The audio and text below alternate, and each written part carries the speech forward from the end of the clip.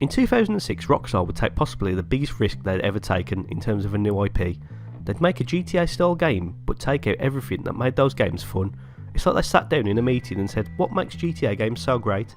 The driving, the shooting, the genuine openness of the world, being able to go wherever you want, whenever you want. Okay, so what we're going to do is release a game with none of that, and see if people still like it. And you know what? They absolutely fucking loved it. I'm of course talking about Bully, or Canis Canamedit, which was what it was called in the UK. It was essentially GTA in a school, but before you start getting scared, there's no access to cars or any fully automatic weapons, just skateboards and slingshots. Bully's premise is pretty straightforward. You play as Jimmy Hopkins, a young troublemaker being dropped off at Bulworth Academy, the worst school in the country, full of sociopaths. The game is set up almost identically to what you see in the GTA series, with you doing missions for different people as you work your way up the school hierarchy.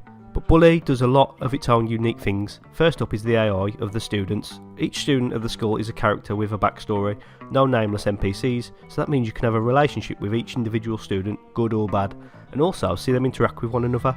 Throughout the school, the amount of times you walk past and see two characters fighting or a jock running away from prefects after beating up a nerd is crazy, and gives the world of Bully some never before seen realism to it.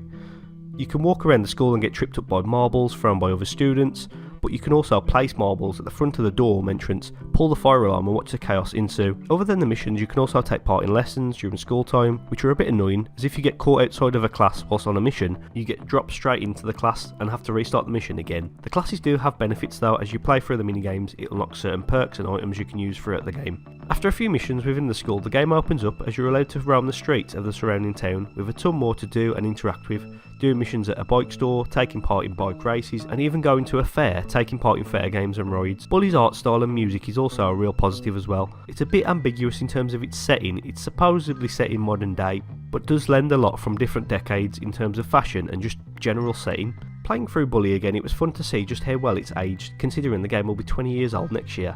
All of its mechanics have aged well, the general look of it still holds up to date, and it's still so much fun to play through.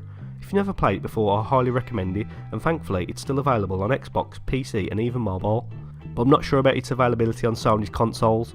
I think it was on the PS4 as a PS2 backwards compatible game for a while, but I'm not too sure now. So if you have the means to play it, I can't recommend it enough. It'll definitely scratch that itch as you wait a whole year for that other game to come out.